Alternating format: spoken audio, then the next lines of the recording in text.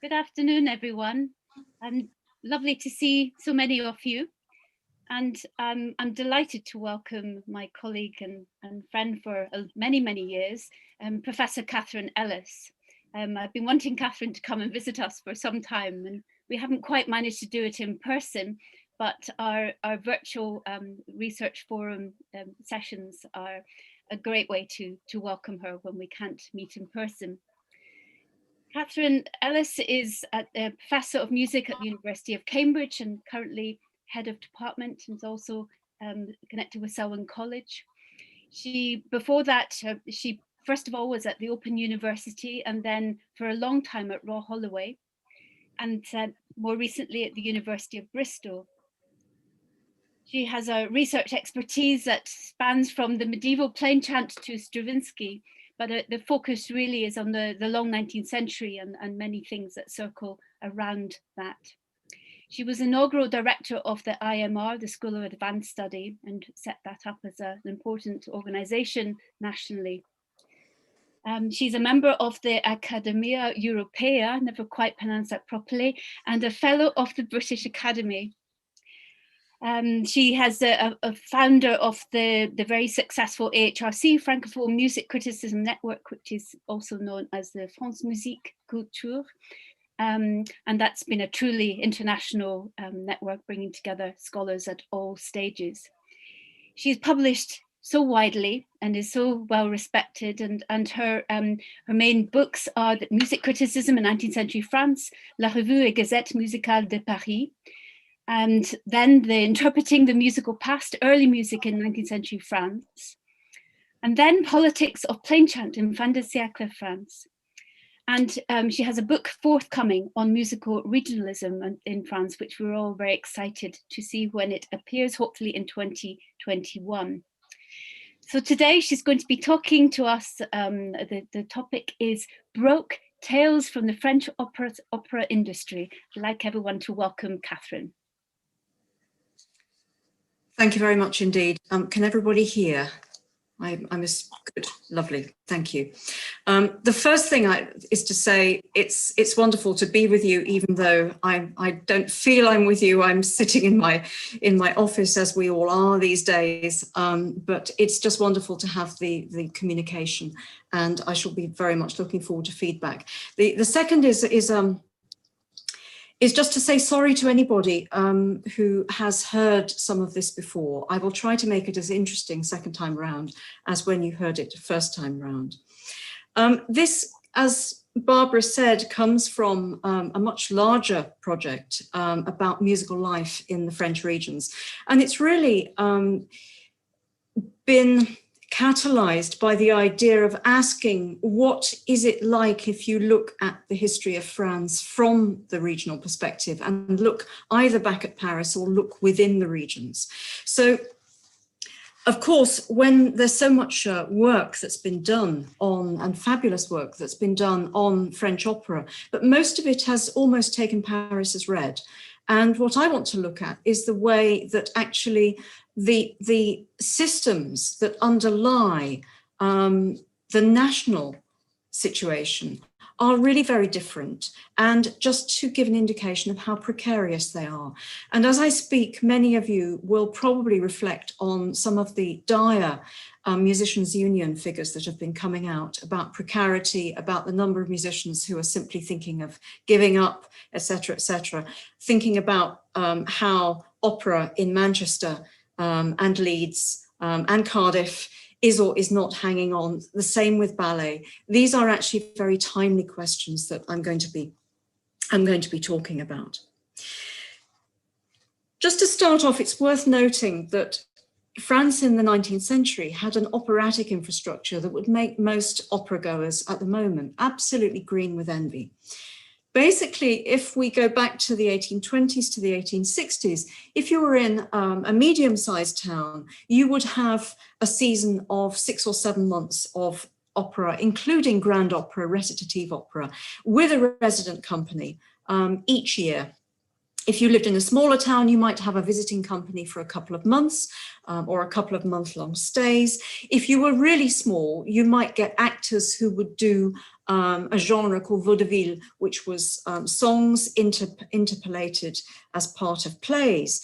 You might miss out on opera, but you would still have theatre. And of course, as the railways expanded, so did your options for where you actually attended the theatre. This was the bare bones of a national system first set up in the time of Napoleon I. It was overseen by the French civil service, and it was adapted again and again until finally it was dismantled in 1864 in the name of free market liberalism. And this was what became known as the fabled liberté des théâtres. 1864, I think, also brought a wider systems failure in that, with no state organizational oversight, that traveling company network that I mentioned of visiting operas coming to your town collapsed overnight. But what I'm going to concentrate on today really is the resident company system. Now, if you were the theatre manager of a resident company between 1806 and 1864, you had considerable power and privileges. Your position was that of a licensed manager. And it meant that you had permission to tax visiting concerts and shows and any other competition. You had entrepreneur monopoly status over your entire town. And you could even veto anything, however artistically laudable, that threatened your profits. Now, when you had power like that, you attracted scrutiny from taxpayers and especially opera goers who bought subscriptions for a whole season. And you attracted scrutiny from their elected representatives on the town council. And the stories I'm going to tell are very much stories of what happens at the town hall. So the financial and artistic contracts negotiated with each potential manager were a careful balance of carrot and stick. Every person's financial probity was tested. They had to give in a refundable deposit, usually a couple of months' worth of company wages, in case the manager defaulted on salary payments. And these contracts are key documents for any of us researching operatic life in France, and they were called Cahier des charges. They were renegotiated every 3 years or so, and if a manager failed, then they had to be renegotiated more often than that. And the kinds of documents that I'm working on, you can see particularly, I'm interested in these ones, which are active documents, where you have a typewritten indication of the agreement that had been reached with a previous director. And now what I'm seeing in red is the state of negotiations, which might then turn into a new contract for a new director coming in. Now, crucially, as early as 1824, there was a new demand from the French state that if you, as a town council, wanted a resident theatre company, you had to be prepared to subsidize it. And this is what turned being, for a theatre manager, it was what turned being a provincial entrepreneur into a kind of public and private partnership. The amounts weren't specified in law, but they were detailed in these documents, these cahiers des charges. And within the theatre industry, the reasons were blindingly obvious. Theatre managers were freelancers, and they moved from one municipal contract to another. They were finding it difficult to break even, let alone make a profit, and bankruptcies were very common. But I would argue that it was opera that tipped the balance from things being generally challenging to things being nearly impossible.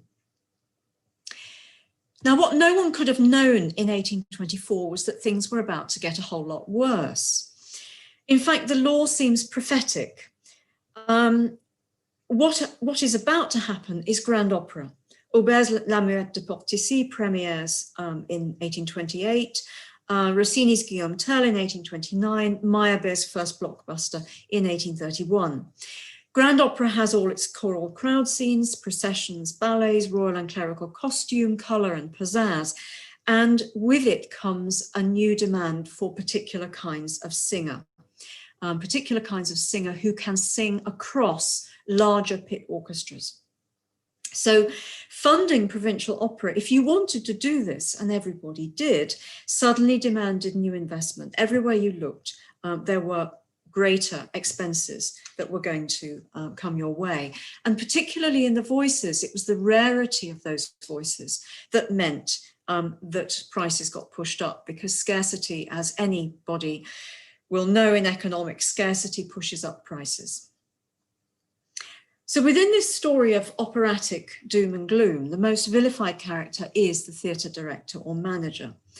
And the job of that person, usually male, was to assemble and direct a company for each year of his tenure. And from the point of view of town councils, the key question was how to keep a theatre manager solvent, but not complacent. And I think you'll see why as we talk. So I'm going to talk in the latter part of my presentation about three financial models that I'm going to introduce very briefly here. The standard system, the default, is concession, where the theatre manager was unpaid, took 100% financial responsibility for the business, but kept all profits at the end of the season if there were any. In other words, he took a subsidy, and after that it was up to him, and he'd never had to give the subsidy back if he made a profit. The second one, régie, is rarer, and it's mostly post-1864, but not entirely. Here, the town council took responsibility for the finances, and the chosen manager became a municipal employee who could be, of course, ordered around much more. And lots of town councils thought this was a great idea to keep managers on a short leash until they tried it and saw what it entailed, and I'll come back to that. The third system is more a council of despair than anything else, and it's also a hangover from the 18th century. In the 19th, it usually happened after a bankruptcy and was known as a company with artistes en société. And here, this is a performers collective with everybody sharing the revenues that come in. So before I come back to these three systems, let me sketch out in a little bit more detail why the costs of resident company French opera rose so fast.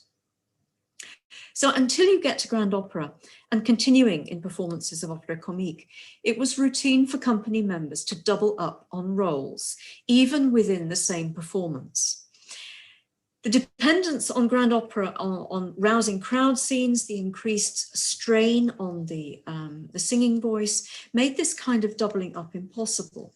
So actors stayed within the domain of the spoken word and became specialists, singers needed rest days, and the dedicated chorus became normal. And then, of course, there was ballet. Some companies had included them already, but grand opera meant they were now essential. And any of you who know anything about grand opera in the 19th century can just imagine the uproar if anybody had tried to do Meyerbeer's Robert-le-diable without the debauched nuns, who were actually the thing that everybody came to see. So there are certain pieces you simply cannot do unless you have the full complement of ballet.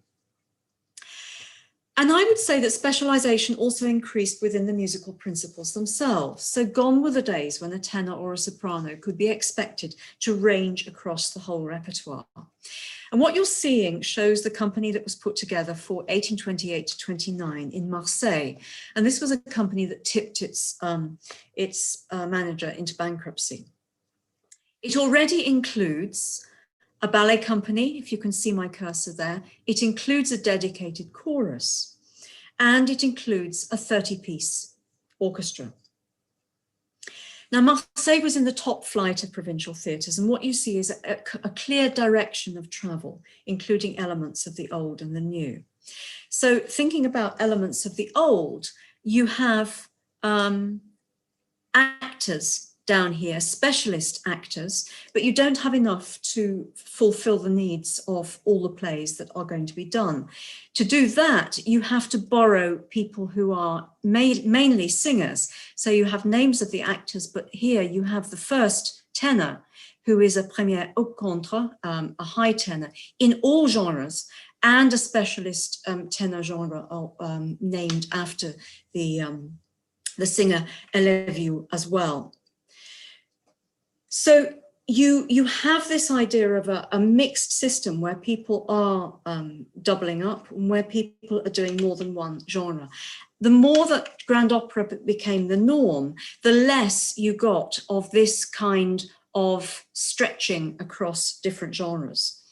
And of course, the big towns go first. But if I were to look at 1846 in the northern town of Amiens, I would find that we still had a first tenor in all genres, just like this. And I would find the same for the first soprano.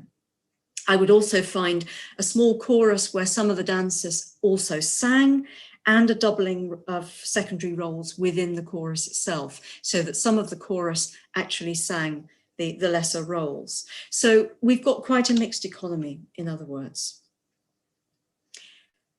So if I turn to the finances, how did these vocal stratifications actually play out? And the answer is unevenly, because some members of the company are more difficult to replace, they're rarer than others. You can see that the principal tenor, the soprano, baritone, and then the first ballerina take the top wages here in Limoges. And Bou Précicaud traces a disparity, which is what I really want to talk about, between 1814 and 1883.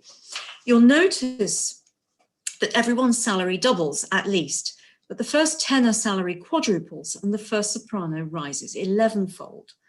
And the key thing here is there is no inflation. So this is not just because prices are rising, this is because the price of these singers is rising. And the specifics of the situation in Limoges in terms of the soprano, this is actually quite unusual. What usually happens is that the tenor is the most expensive person in the company, because what everybody fetishizes is a chest voice high C that you can sustain across an orchestra of 40 to 50 players. But otherwise, you have this pattern replicated across the country. And there's a rather lovely cartoon with a very sardonic caption from Bordeaux in the 1890s, which talks about the quality of singers being in inverse relationship to their cost. I'll come back to an underlying meaning of this caricature in just a moment. If we think about other expenses, these increase as well. The poor tax was a national levy of around 10% on ticket revenues. Crucially, it was not a levy on profits, so you could make a loss and still owe the government 10% of what came through the door. And the thing that I think really floored everybody was when composers got their act together to demand royalties, when composers unionized and demanded royalties, which became due on the vast majority of works performed. Absolutely everywhere. Now, what this required was ever-increasing public subsidies. This was the only way that theatre managers could keep up. But subsidies came with conditions, and in any case, they're not always what they seem. So sometimes they constitute what we would in charity parlance call unrestricted funds, which you can spend on anything, and at others they were targeted at particular beneficiaries, so they were restricted funds or the equivalent thereof. So I want to go delve back into my archive folder. And these figures come from the city of Nantes in 1866, where the council was trying to work out what to do and was trying to compare itself with towns of similar size and towns that were larger and towns that were smaller. So here you have obviously your comparators, you have the population, and here they place Nantes right in the middle of the distribution to see what people who are larger than them are doing and what people who are smaller than them are doing. And of course, you'll see that just about, Toulouse, yes, stays the same, but Lyon has gone up significantly. Marseille has edged up, Bordeaux has gone up significantly. Strasbourg has also gone up significantly. But what interests me is what happens in the notes, because this is where we start getting the extras, which can sometimes be very large. So we might think that Marseille invests the most of all of these in opera. But actually what those numbers are hiding is that the town council didn't own the theatre in Marseille. And so they had to give, as part of the subsidy, they had to give each director the rent in order to pay to a private entrepreneur who actually owned the theatre. Here you begin to see that there is an extra 8,000 francs per year for matériel, which is props and scenery, but also for scores and parts. Here we have an extra 15,000 francs for the dreaded poor tax. And we also have an extra 30,000 for, again, props and extra scenery, etc. Strasbourg gives an extra 10,000 for orchestra wages. And Nîmes and Montpellier, they're saying that the poor tax goes within the subsidy.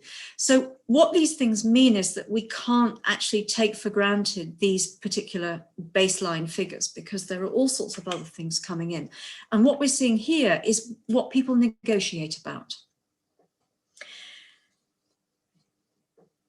I think what's also happening here is that this is the return to stability that papers over the chaos of the 1864 to 5 and 1865 to 6 seasons, where immediately after the Liberté Council, some councils just decided to ditch their operatic subsidy altogether, with the result that basically there was no opera at all. So this is a way of trying to restore some of the stability that had been taken away.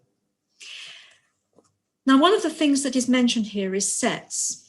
And these questions about sets and costumes, these questions usually fell to the town architect, would you believe? The main job of the town architect was, of course, civic planning, sewers, schools, infrastructure projects, roads, etc. But he was the person who also had to accompany any theatrical inspector to annual inspections of scenery stores. And these drive home yet another increase in costs and audience expectation triggered by Grand Opera. Because where many items of scenery are listed as generic, those destined for the very first Grand Operas tend to be the first items where those operas are actually listed as having a particular set or a particular element of scenery or a particular prop attached to them. And what we see is that, again, the old economies of scale disappear. So one of my councillors in Bordeaux, Destrem, writes in as early as 1848 that you used to be able to get away with 9 or 10 alternative costumes for your choruses. You had absolutely generic things: Turk with gold sequins, the ordinary Turk, Roman warrior, the Chinaman, various French historical characters, the shepherd, etc., the peasant, all of this. And you could also get away with a small number of sets and backdrops. Again, you could just rotate these depending upon whatever was closest to what you needed. And this became impossible with Grand Opera because you had to have things that were dedicated for the opera itself. And he mentions that this is the moment with Grand Opera that you first have to have these décors plantés, these sets that are dedicated to a particular piece. So these are some of the things that make it so much harder for a theatre manager to balance the books. The other thing that makes it harder is price capping, because the town council is really keen for theatre to be an educational experience. And it's educational in the sense that moralistic stories are playing out on the stage. You have the niceties of social status emblematized in the boxes, etc. And you have received pronunciation coming to local populations. And the latter is actually, as far as they're concerned, very important. So how much does it cost? So in a sociological study of French theatre, Dominique Leroy hints via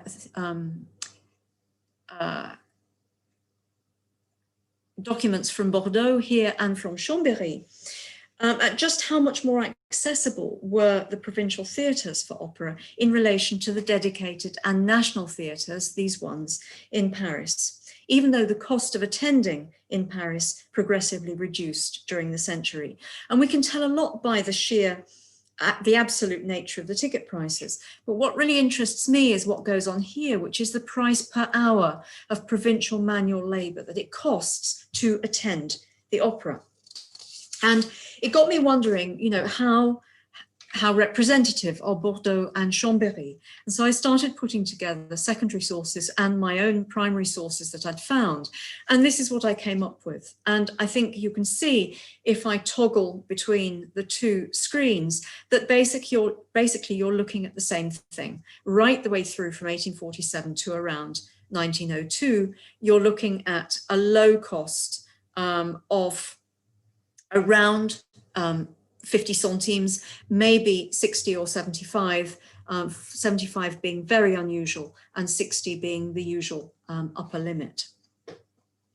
So this cheapest ticket to the opera in the provinces during the second half of the century is about 2 hours of working class labour, whereas the cheapest opera seat in Paris during the same period is about between 1 and 2 days of labour, taking it decisively out of reach.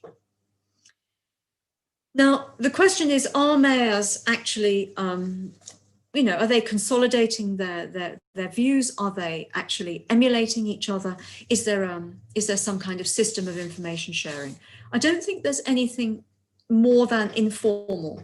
I think what's going on here is that, yes, mayors tend to compare notes, but this is a very informal kind of information sharing that's going on. And it's certainly not coming from Paris. It's not coming from above. There's nothing dirigiste about it at all. So when could you actually go beyond these? Well, only with permission from the town hall and only in special circumstances, maybe if a star singer arrived.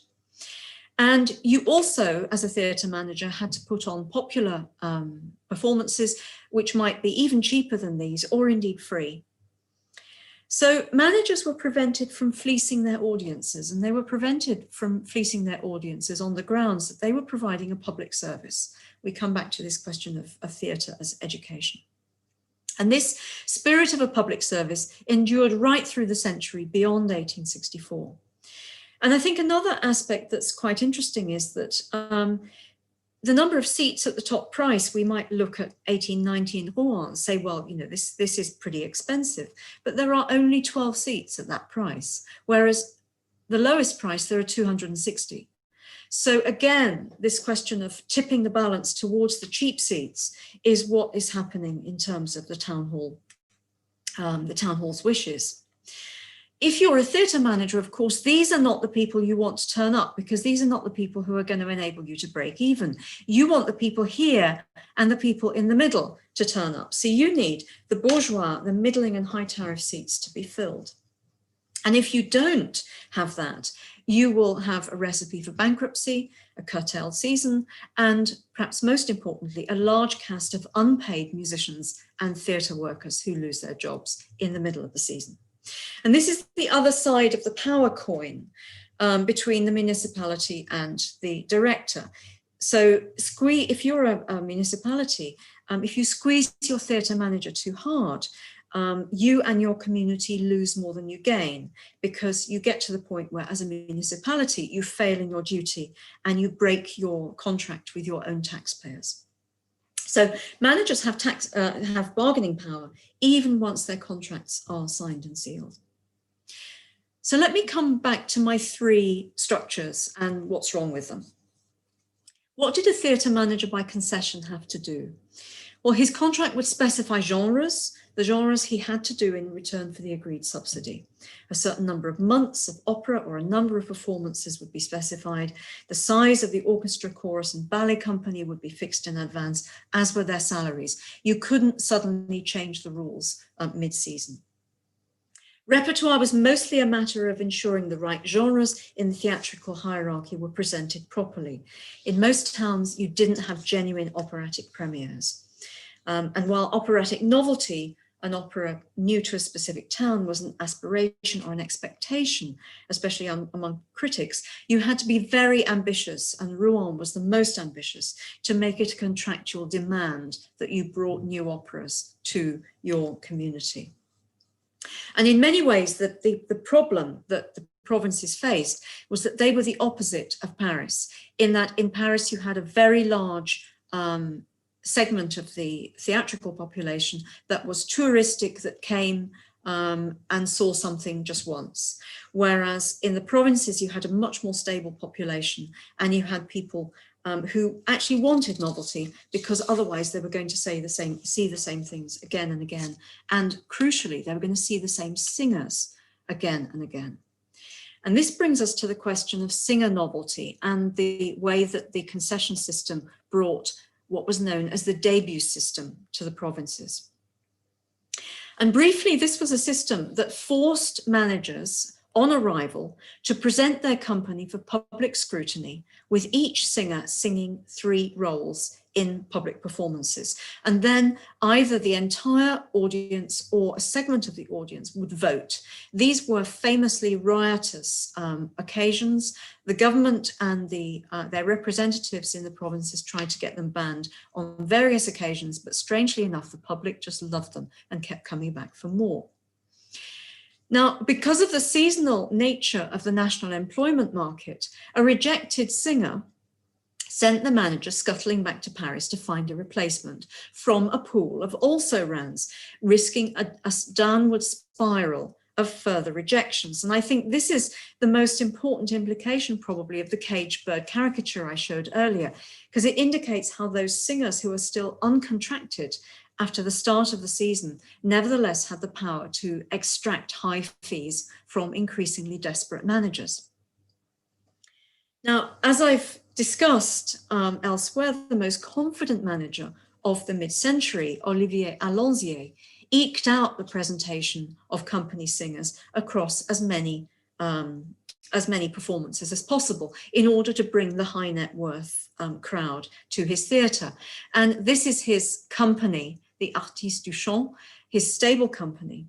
And with those funds banked, he would then bring in star singers from Paris, and he would bring them in here, the artistes en représentation. And you can see they are numerous, and we're looking at 1856 to 57 here.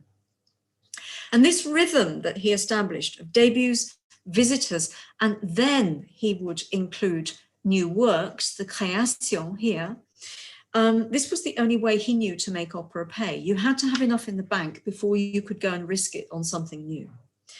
And this was fine if you were in a big town with rail links, etc. But if you were in a small town, it was much, much harder to do anything along these lines at all.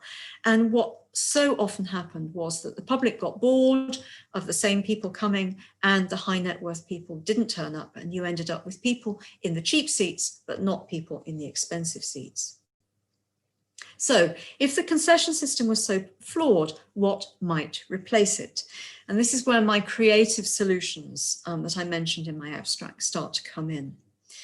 Now, in the second half of the century and into the 20th, some people were saying, look, let's just abandon the resident company system completely and focus on touring opera, where everybody can do something high quality and they can do it in one place and then move on to the next place. But local pride militated against this because every town wanted its opera company. And so basically what happened was versions of the status quo. And régie to many councils was the Holy Grail because it held the theatre manager to account as an artistic employee rather than as a commercial free agent. And the road to régie usually started with a wish for closer municipal surveillance or better artistic rather than commercial programming. And there was a real sense of what commercial programming meant, even in the 1850s. In 1859, a theatregoer who was also on the council called Dubois-Olbrin called in a pamphlet in Bordeaux for the municipal treasurer either to agree all managerial spending or to be informed every 24 hours of the state of Bordeaux's theatrical finances. This is a kind of control freakery that comes from the fact that people see the expenses going out of control. And every cry of régie from a town hall was predicated on the certainty that this kind of oversight would result in savings.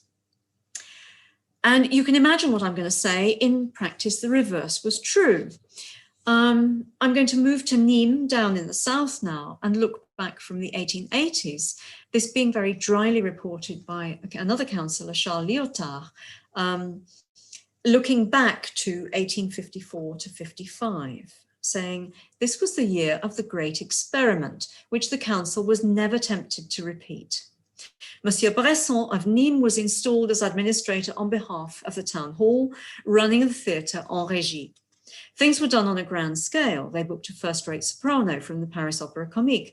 They produced Meyerbeer's L'Étoile du Nord with unquestioned success, a charming work done with magnificent sets. They did a true premiere, and the end result, complete satisfaction among the public and a deficit of 60,000 francs for the municipal coffers. Now, Nantes, at around the same time as the pamphlet I mentioned earlier, was also an early adopter from the 1857 to 58 season of Régie. And it was initially forced into doing so because by the end of September, they had not found anyone prepared to risk a concession appointment for opera with ballet on a subsidy of just 50,000 francs. And by the calculations of a local historian and critic, Etienne d'Estrange, the cost of the following 4 years doubled to around 400,000 francs instead of the 200,000 the council would ordinarily have spent. Already after a year, the council reversed its decision, trying to return to the concession system. And once again, they found that no manager would risk it, and they had to overturn the overturned decision. What happened then was 3 more expensive years of Régie. They did blockbusters, they did Il Trovatore, they did Gounod's Faust. But more importantly, I think from the perspectives of careers and jobs, and from the perspective that I'm preferring to look at, the more lowly musicians and theatre staff under Régie knew wage security for the first time ever, because the town council was underwriting all their costs. And unsurprisingly, when the council backed away from this new experiment in 1858, it was the workers who protested in unison on the euphemistic grounds that it would halt what they called the regeneration of the theatre. It's also notable that what the Nantes experiment did in the medium term was to sharpen a sense of provincial grievance, that the state did nothing to support them. While the Paris City Council, which was of course also a town council, effectively piggybacked on national opera houses for free. And there was a real sense of grievance that somehow the Paris Town Council managed to get absolutely everything without spending a centime, whereas provincial town councils, however large and however important they were, had to fork out to such a great extent.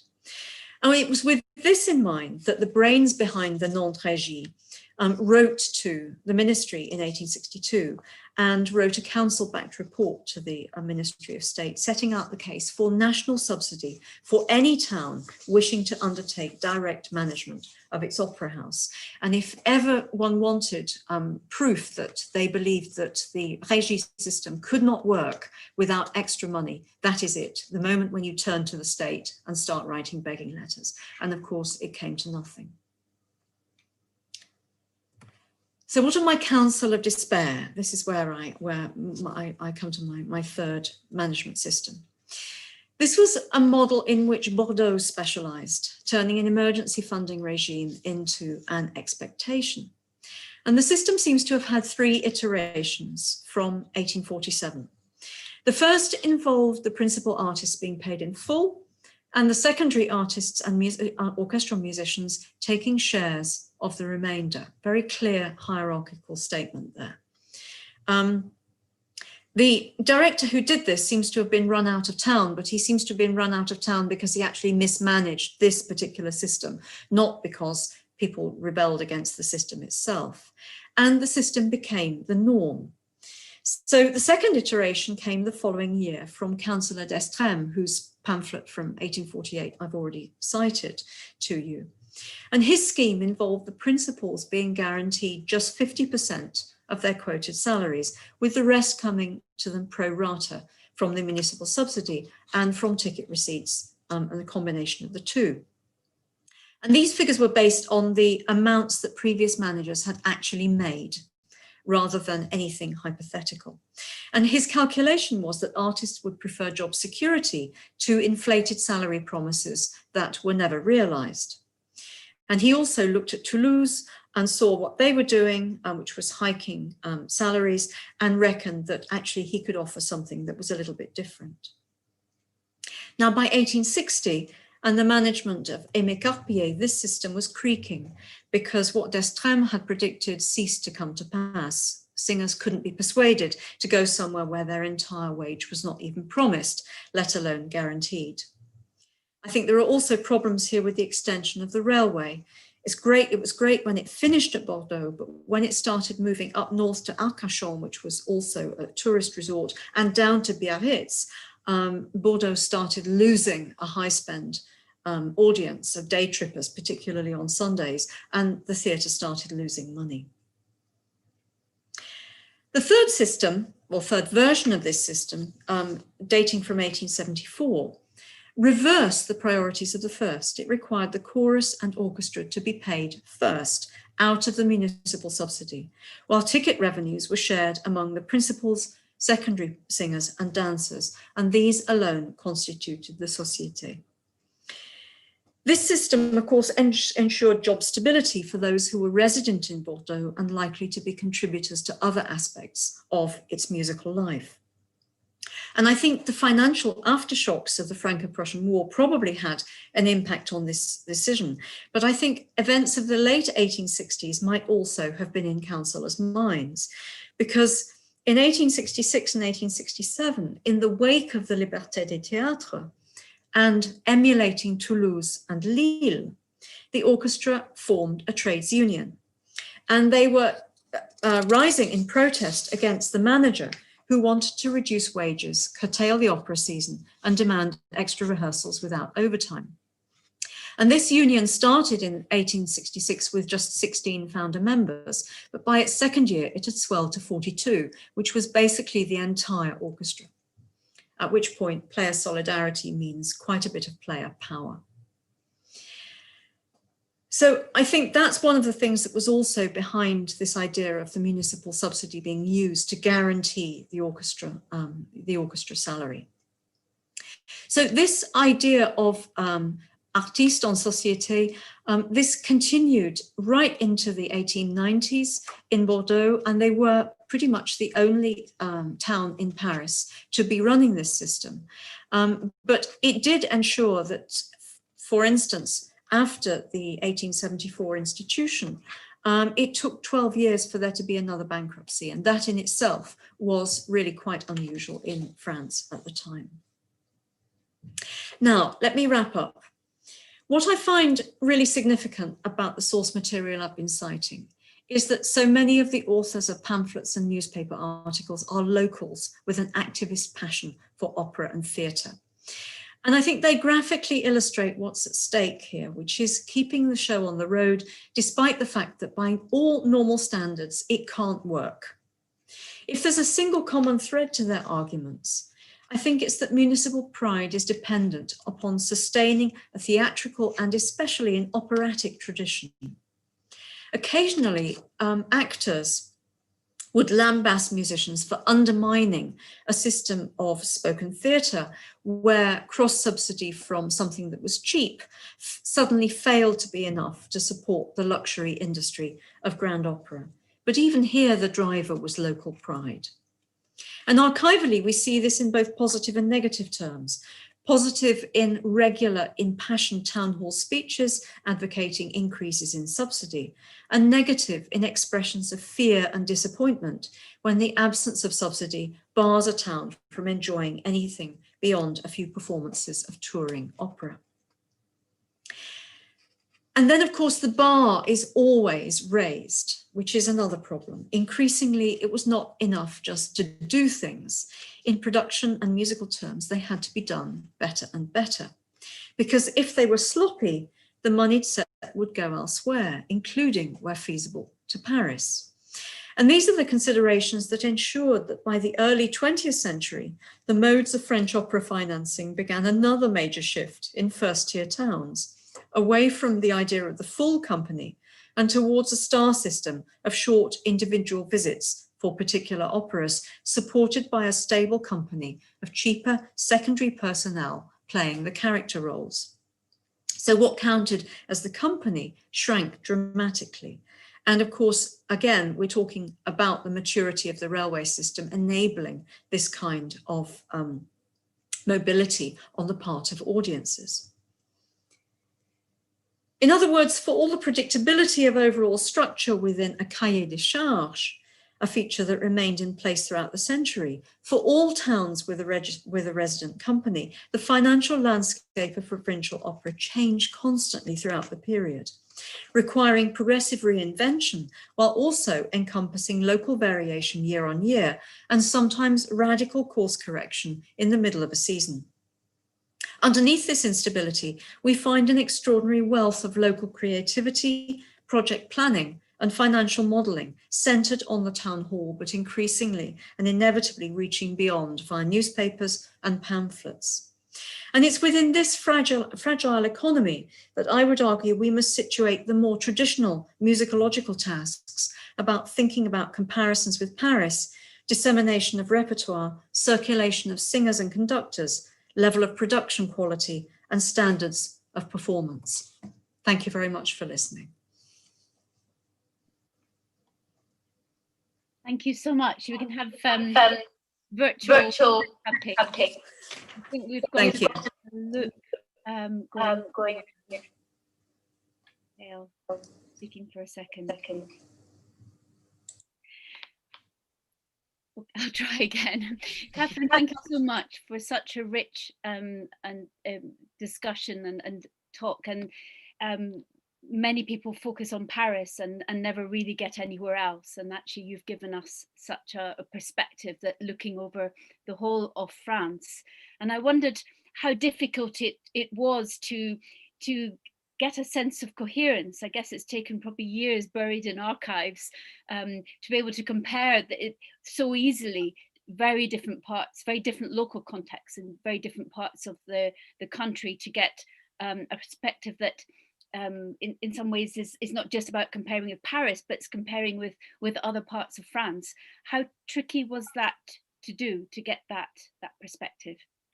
I think, it was tricky, but I have to say every minute of this project has been a complete and utter pleasure.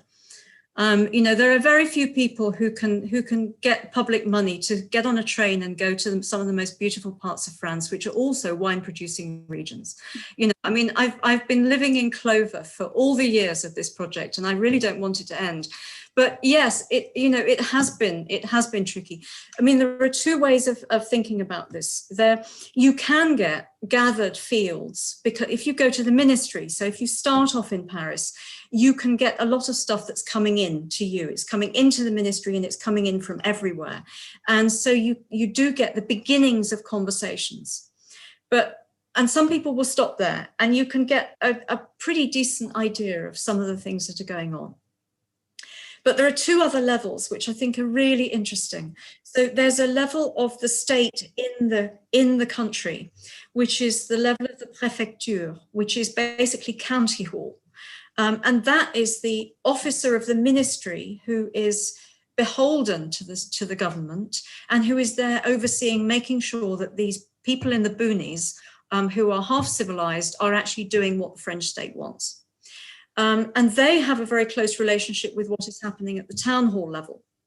So actually, in some ways, the richest place is that middle meeting point, because you get the stuff coming in from one direction from the ministry and you get the stuff coming in from the town hall. And so whenever I went to a new town, I would go there first. And then I would pick up what was happening at the town hall level. So at the town hall level, what you get is the real bottom-up stuff of how much things are costing, what the problems are with local, with the ballerina hurting her foot, with the fire and safety stuff that's all going wrong, with major ructions within the administration of the actual theatre itself, relationships with the conservatoire, relationships with other parts of the musical life, all the questions about veto players when you're during the licensing period, of people who desperately do not want competition from operetta, from the Café Concert, want to shut them down, after the liberalisation, desperately trying to tamp down the competition. These things you find at municipal level. Things to do with the orchestra you find at municipal level. Never ever find them at county hall. At county hall, you find a different kind of conversation where some of the things that have been sort of agreed by the town hall, but they want to throw it upstairs for because they're not quite sure whether it's in their authority to do it. That will actually get up to the préfecture. And you also get things from the little theatres. So because the county hall is based in the major town, you also get all the surrounding towns that have a semi-county hall, and they are in conversation. So you end up with loads of hubs, and these hubs do sort of speak to each other. But the one thing I always wanted the theatres to do is actually to galvanise themselves and actually get together and work together to sort through some of these problems. And there is so much local pride for really the whole of the 19th century until you get into almost the period close to the First World War, and the finances are really getting appalling. They just won't work together. They are rivals. They want to look over each other's shoulder to see, well, what are you doing? And that's what that document from Nantes says. You know, the mayor has sent out a whole load of letters to say, well, Mayor of Montpellier, what do you do in your opera? And then you get the stuff coming in. And then they put it into a little spreadsheet to say, well, look, this is how we stack up. So you're trying to get comparative information from all of these different areas. And then somehow you've got to make sense of it. And the database is just horrendous. Yes, it's tricky. I put myself on silent there. They're just giving us a sense of the huge range of sources is mind-boggling, actually. And then to somehow not get lost in the wonderful perhaps gossip and rivalries that each different place would offer is just it shows what a task you've been doing. I know that one chooses a research area by the quality of the food and the wine as well, and I've done the same thing. So I can understand that, but actually the task is a mammoth one, which is fascinating. I've given my colleagues some time to think about questions, so if you'd like to use the hand signal on your Zoom thing. For those of you who are watching on live stream on YouTube, if you'd like to send your questions to research@rncm.ac.uk, and we'll pick them up. Hopefully Tom will keep an eye on that. So who would like to ask the first question? Zakia, I see your hand up, and then Jane. Hi, thanks for that. That was really fascinating. One of the things that you mentioned was that they particularly wanted to attract those higher ticket payers. And I wondered if you found any evidence of decisions that were made on that basis, and what they might have been in order to try and attract, you know, a particular demographic over another one. Thanks.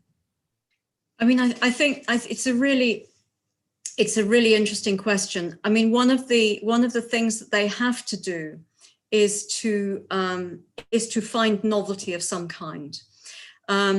One way to do it is to, if you're thinking in terms of the singers, one way to do it is to get singers who are on their brief holiday from Paris, and then to caption them as from the Opéra Comique or from the National Opera or whatever, and that will bring out the high net worth crowds. In terms of repertoire, there are some really interesting things going on. So there's a tension, and you're absolutely right to ask the question.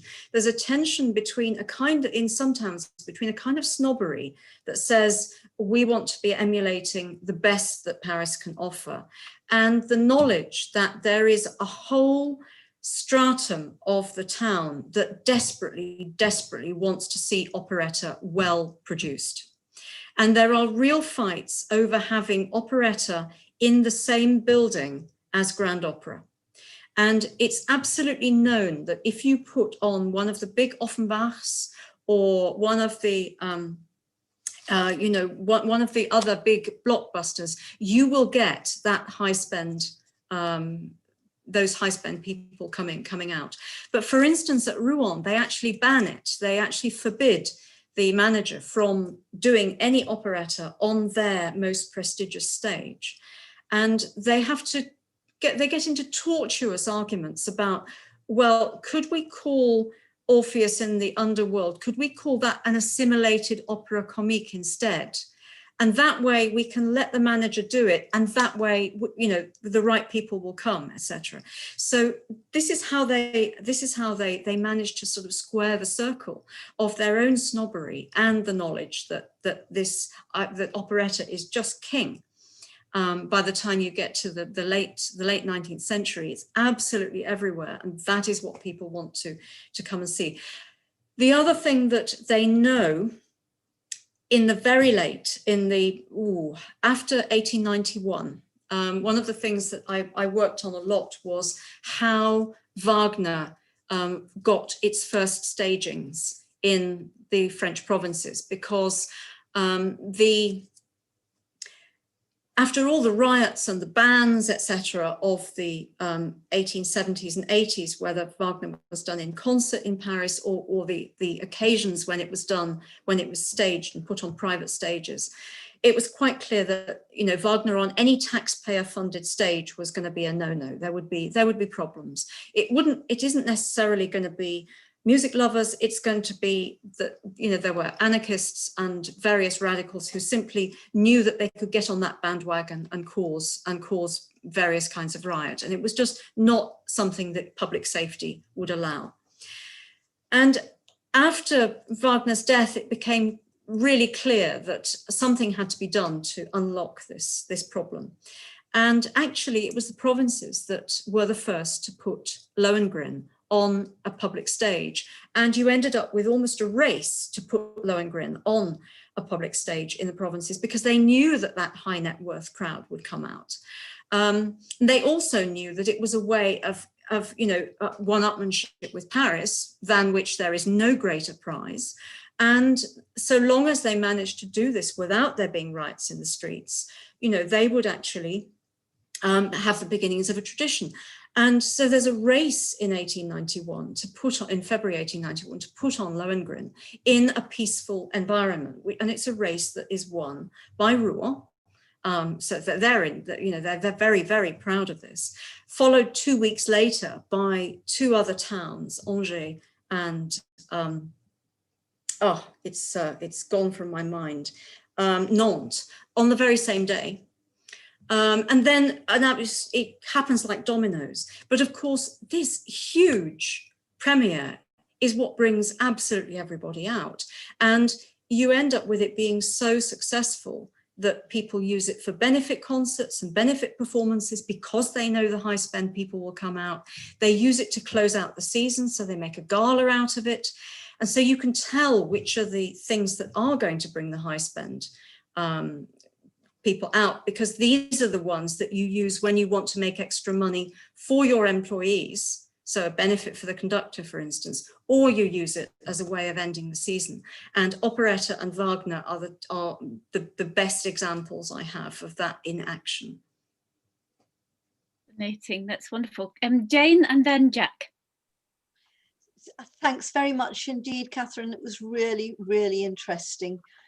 You began by reflecting on the current state of affairs, and I wondered whether you could really come back to that and talk about what the applications of your research are to opera in the present day. Yes. Well, I mean, one of the things that is just so important is the question of stability. And, you know, I can't help thinking that, you know, the fact that so many freelancers fell through the cracks in this particular, in this pandemic, and simply couldn't access any government funding, etc., because they didn't, you know, funding eventually went to institutions, but it didn't get to the people who do the depping, the people who, you know, are the extras, etc., who are on payrolls. All of these things, it seems to me, you know, are wake-up calls really for just how stable the freelancing industry might be. And I mean, I don't know how one squares this circle, and we don't have a big state like France has. I mean, we don't have the same number of ballerinas who can get a full pension at age 42 after having, you know, spent 15 years or 10 years at the opera, etc. It would require the kind of stability that this story implies, would imply just a huge injection of government investment in the performing arts, which I simply cannot see happening, certainly at the moment, which is a very depressing answer to your question. But there's something I notice more and more as I look at the archives, just how many more people become municipal employees. And this is the way to guarantee their jobs. This is the way that if you like, the public sector in these small towns gets bigger and bigger, and means that theatres outside, when in the off season, can also service people who are touring and who can come in. It means that, you know, the engineers are still there, the people who work the flies are still there, the usherettes are still there, all of this. But you're talking about a culture that actually sees this kind of activity as central to the building of citizenship. It's much more like the current situation in Germany. Yes. Yeah. So thank you very much indeed for that. Over to Jack. Thanks, Barbara. Thank you, Katharine. Really, really fascinating talk. I learned a lot from that. I had a question that just got a little bit into specifics, so apologise if it's a little bit dull for everyone else. A key figure, my research looking into mid to late 19th century lower brass performance practice. One of my key figures in my research is Adolf Sachs, who, as I'm sure you're aware, had a big responsibility for a lot of the instrumentation in grand opera in France in the mid 19th century, not only from the instruments that he invented, his family of sax horns, which never found a full-time place in the orchestra, but were used in many of the operas that you've mentioned, from Halévy and Meyerbeer and Gounod. There's up to 20 of them in some of these orchestrations. But also he was in charge of organizing the extra brass for a lot of other performances. I found, just while you were talking, I managed to find a reference for a production of Tannhäuser, as you've mentioned, Wagner, that took place in 1860, where, as well as the brass instruments that he arranged, there was an additional note on this performance where it said, quote, Monsieur Sachs had to be paid an indemnity which varies from 500 to 1,000 francs, according to the quantity of work for each instrument, which he will decide himself, and which might add up to 2,000 or 3,000 francs more. So I'm just interested, when these grand operas were then moved to the provinces, were these instruments just disposed of? Did they find other solutions for them? Or often military bandsmen were involved? As far as I can gather, that was a practice across Europe. I wondered what was normally the solution in these cases. Yeah, thank you. I mean, I think there's a lot going on. When things go wrong, you get to realize exactly how much shuffling is going on in the pit. There is indeed exactly what you've almost answered the question yourself. Yes, there is re-instrumentation going on. You know, is there a viola d'amore for Le Huguenot? No, absolutely not.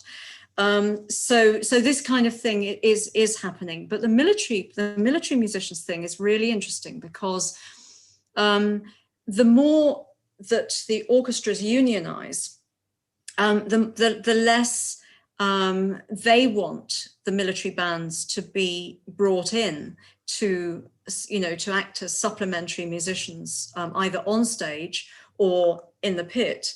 And each military musician actually has to be given permission to appear. They have to get permission from their regiment, but they also, it has to be proven that they are not taking the work of a civil musician. So then, you know, if there is somebody in the town who could be doing that and could be taking that wage, you are not allowed to take a military bandsman to do it. So, you know, there are lots of things to do with the workings of the money that operate, but I don't think that extortion from Adolphe Sax, I haven't come across any extortion from Adolphe Sax on the scale, or indeed at all, in relation to what you mentioned, which is really quite something. Yeah, thank you. That's really helpful. It's interesting with Sax, because particularly his relationship to Wagner is so complicated, and how Wagner himself moved on to employing military musicians from other traditions. It's a long story, but thank you. That's really helpful. Thanks, Jack. Anna, and then Nick. Thanks, Katharine. That was very interesting. I've got two questions, if I could be cheeky. The first is, how much public washing of dirty linen was there, in terms of, you know, how much was in the newspapers, or, you know, how much sort of local scandal was there in the provincial papers? And the second question was, do the archives contain any evidence of whether there was a sort of a budget? Because you've spoken about how you know, a singer would be brought along, and then if the audience liked them, then it'd be all right, but if not, then the impresario had to go back and sort of bring the next one in. So you know, was it a bit sort of you know, lick a finger and stick it up in the air, or is it known that there were budgets that they tried to work to? Yeah, I mean, the answer to the first question is yes, absolutely. You know, there are a lot of papers taking sides, you know, usually against the theatre manager. I mean, the main sort of image of the theatre manager is of somebody who is taking the town for a ride and can always do better. But yes, I mean, the council minutes are actually often in slightly shortened form, but not very slightly shortened form, often actually published. And actually, you know, there are full and frank discussions. What you don't get always is the papers behind them. So you don't get the reports that are discussing. For that, you've got to go to the archives to see why they're getting so het up. But yes, I mean, the press is a pretty good reflection, and of course there is a caricature press as well in many of the larger towns. That just you know, sort of inflames that.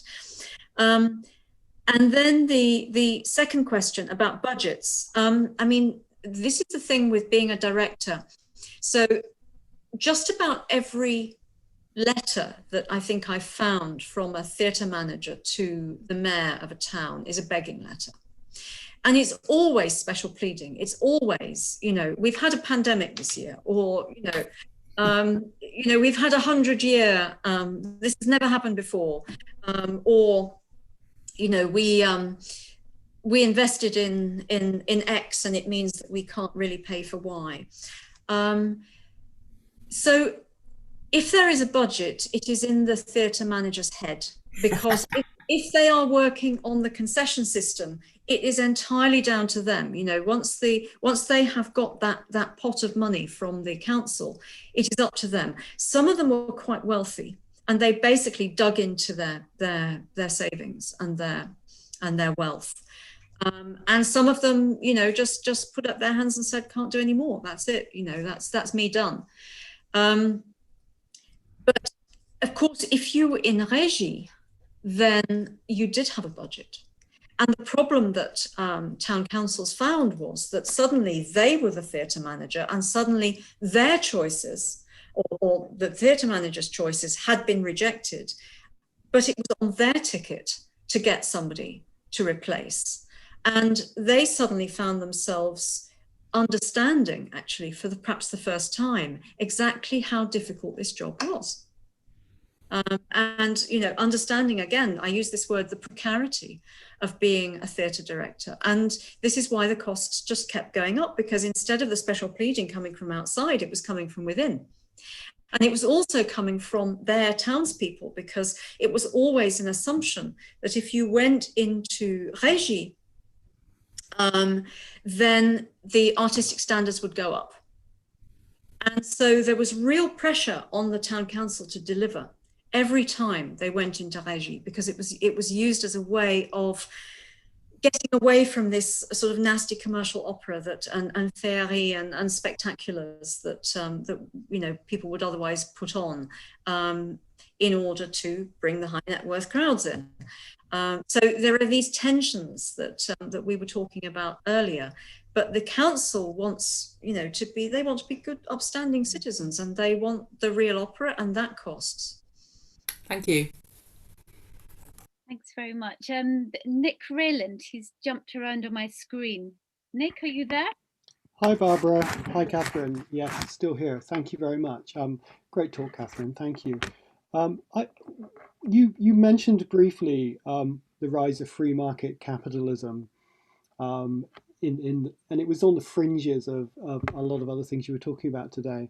And I was quite struck by the changes to costume bills that some of the managers were dealing with, and this shift from types that could be reused time after time to more bespoke costumes per role in productions, and the budgetary implications, because they're budgetary but also aesthetic decisions, of course. And so I wondered, and that just reminded me of something I read once, that I think the first department store was founded in Paris in the 1830s, and that's seen as being an important marker in the development of free market consumerism, I suppose, in France and elsewhere.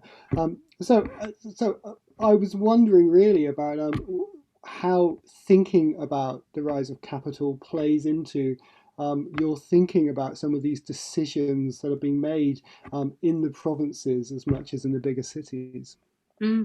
Yeah. I mean, I think you're dealing all the time. You're dealing with the town hall as a microcosm of the state, and you know, an entrepreneur who is, you know, your representative of this capitalism, which is beginning to gain real traction. And I think the people who really know what their market capitalization is are the singers. You know, going back to those rises in the cost of a tenor, you know, who can sing the top C sharp, and, you know, the cost of a soprano who again can sing all the coloratura across such a large orchestra. I mean, these are voices that are suddenly hugely in demand. And, you know, they can just, and they're agents. I mean, this is another thing which reflects your question about capital and capitalism, because there is now a middle person. So a lot of theatre managers, they will not quite get a job lot, but they'll certainly be going to a particular agent and get all their singers from that agent. And this is a history that simply hasn't been written, and it's almost so hidden as to be impossible to dig out, which is the beginnings of the history of the business agent for individual musicians, who are pushing the prices up yet again. So, you know, you do have this problem of the little state, which doesn't have any help from outside, which is budgeting for its opera alongside, as I said, its schools and its sewers and its fire brigade and all of this, and budgeting really quite a lot for its opera subsidy, and which has to try and get the best entrepreneur that it can, and then in the concession system is utterly dependent on that entrepreneur making the capitalism work on the basis of this cushion that they've given. And of course, if it starts to go pear-shaped, then that director will come back and ask for more money, and then more money and more money, and all the time the threat will be, well, everything will fall.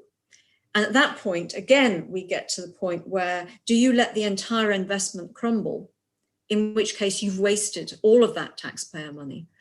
Or do you add a little bit more and a little bit more and a little bit more and just try and keep the thing trickling along? So I think the whole question of the way that capitalism works in conjunction with the subsidy and the private-public partnership is a really fascinating one.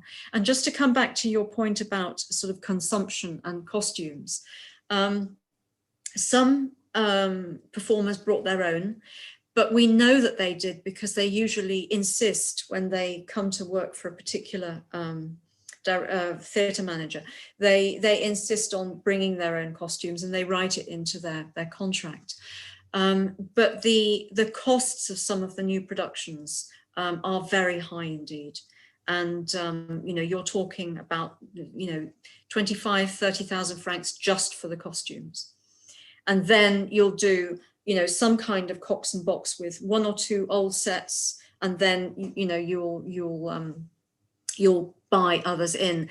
But there is a really interesting consumerist aspect, I think, which is more to do with authenticity, which is what happens to the Lohengrin sets from the very famous production that hardly lasted at all in 1887 in Paris, when the riots basically stopped it in its tracks. And those sets end up traveling around the country, and people are actually bargaining with each other to buy those sets from the conductor, because when they do Lohengrin, they want to do the real thing, and they want their audiences to see, you know, the original Paris sets, which are on sale to the highest bidder. Thank you. David Kane. Great, thank you very much. Thanks for a fascinating talk. It was brilliant to hear this sort of story unfold.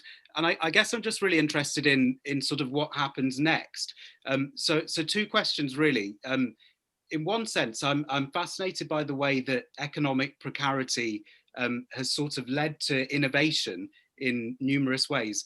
And I'm interested in the impacts of this on non-theatrical music, and whether you had anything to say about the way that local non-theatrical music developed at this time. And then I think that leads on to thinking about what happens next in terms of having multiple systems of dealing with economic precarity, how that sort of played out in the next century, in the 20th century, and whether you felt that this sort of led to the manner in which French modernism might have developed. So just interested in a kind of sideways glance at non-theatrical music, and then asking what's in the next chapter, really. Yeah. Thank you. I mean, what happens in other parts? It's quite interesting. Something happens in the provinces which doesn't happen in Paris, and that is that there is often a real symbiosis between different bits of the musical scene. So if you take your pit orchestra, who are municipal employees, it is very likely that as part, or I say very likely, in certain towns, it will be part of their contract that they teach at the conservatoire.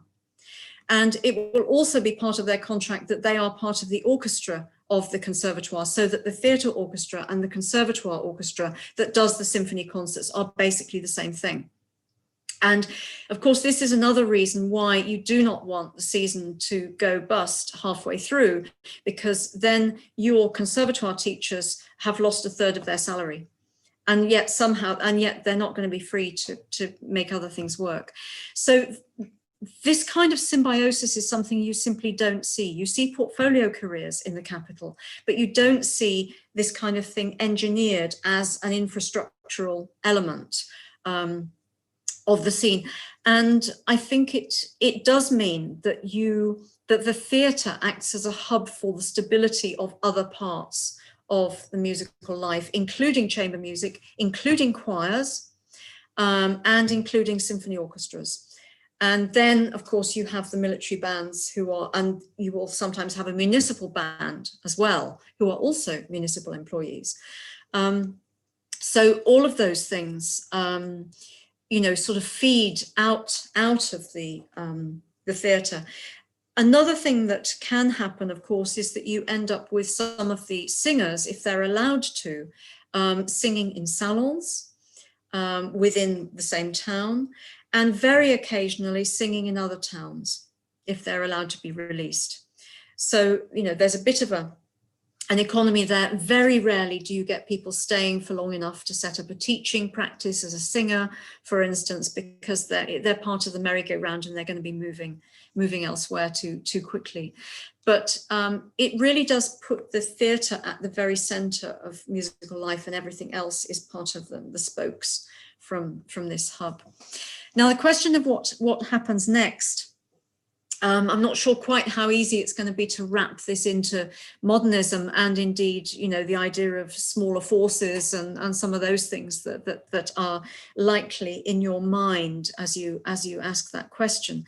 I think it's fair to say that after a period when certainly the French operatic scene does quite well in taking on new music, it ceases to be able to do that as you cross into the 20th century. And one of the things that's emblematic of that is what happens with Pelléas. So Pelléas doesn't go anywhere until, 1907, 1908 in Lyon. And then it just gets dropped. I think Rouen, they want it in 1914, and then the war comes along. There are various other places. Marseille wants it, but that's not until the 20s. So you begin to get this big stretch between when things are first produced and when things actually get into the provinces. And in that, I'm not going to call it a vacuum, but in that sort of bit of a relaxation and a sort of a slump, you end up with certain other areas of just outside the country becoming real modernist powerhouses. Now, one of them, of course, is Monte Carlo. And we can't count Monte Carlo as France, but basically Monte Carlo is feeding for the Ballet Russe up in Paris, and the Ballet Russe go on tour and bring various aspects of modernist ballet and modernist music to various parts of France that have not necessarily seen modernism of that stripe. The Swedish ballet also tour, starting in Paris and then going down the western seaboard. But it's really interesting, they don't take their most outrageous productions. They take the ones that are they take the ones that are, you know, the ones that they use to cross-subsidize the things that are really edgy. So they don't take relâche, you know, they don't, you know, you get something neoclassical. You don't get something where everything is topsy-turvy and people are doing the wrong thing.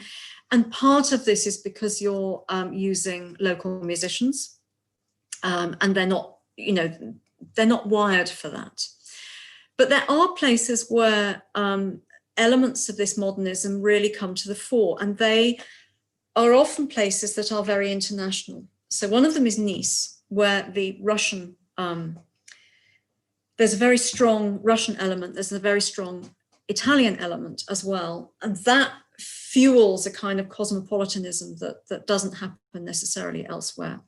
The other place, of course, is Strasbourg, because Strasbourg is German for a lot of the period that I'm studying, and then reverts to being French in 1919. So between 1870 and 1919, it's basically, you know, the opera house for part of that is run by Pfitzner.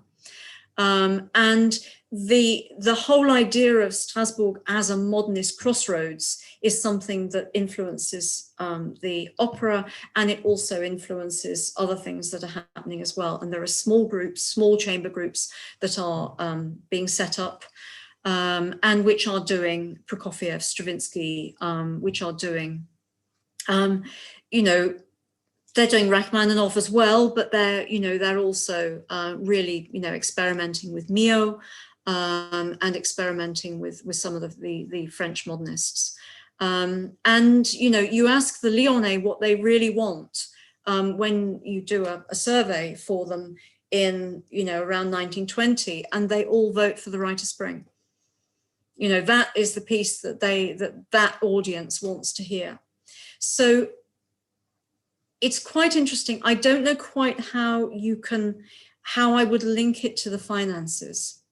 because I think so much of it is to do with just this, the circulation of musicians and an increase in touring, which almost becomes the way that this circle is squared. You either have the star system and the singers are swirling around, or you have, the ballet russe touring, the Suédois touring, and modernism becomes a question of visiting rather than something that comes from the bottom up. And you get very little of modernism from the bottom up in terms of the opera houses.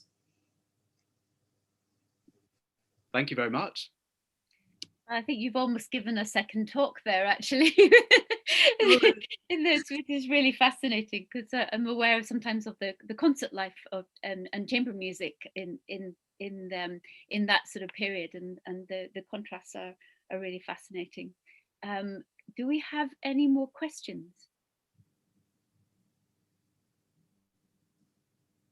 It's gone quiet. I know you're all on silent, which is a normal thing, but I just want to thank Katharine for this amazingly meticulous, detailed sort of hidden histories. You mentioned that term, hidden histories, yourself, and actually that this is what you've given us, because these are histories that are sometimes told in a very local context, but have never really gone beyond that. And the way in which you're weaving together these histories into something that is larger and very coherent is fascinating, and also hugely valuable to our discipline, to our understanding of these questions. And as you say, it's got resonance with us nowadays, with the cultural industries being so precarious, and for all sorts of reasons, and where question of cash and finance are the foremost of many musicians, and some of them are inevitably around this virtual table. I've got some connection to that. So thank you for such a fascinating discussion, and really just insight into something that we are not familiar with at all. We could go on and talk about this for many hours, but I want to suggest that we stop the live streaming. Obviously thanking our colleagues who are listening outside this Zoom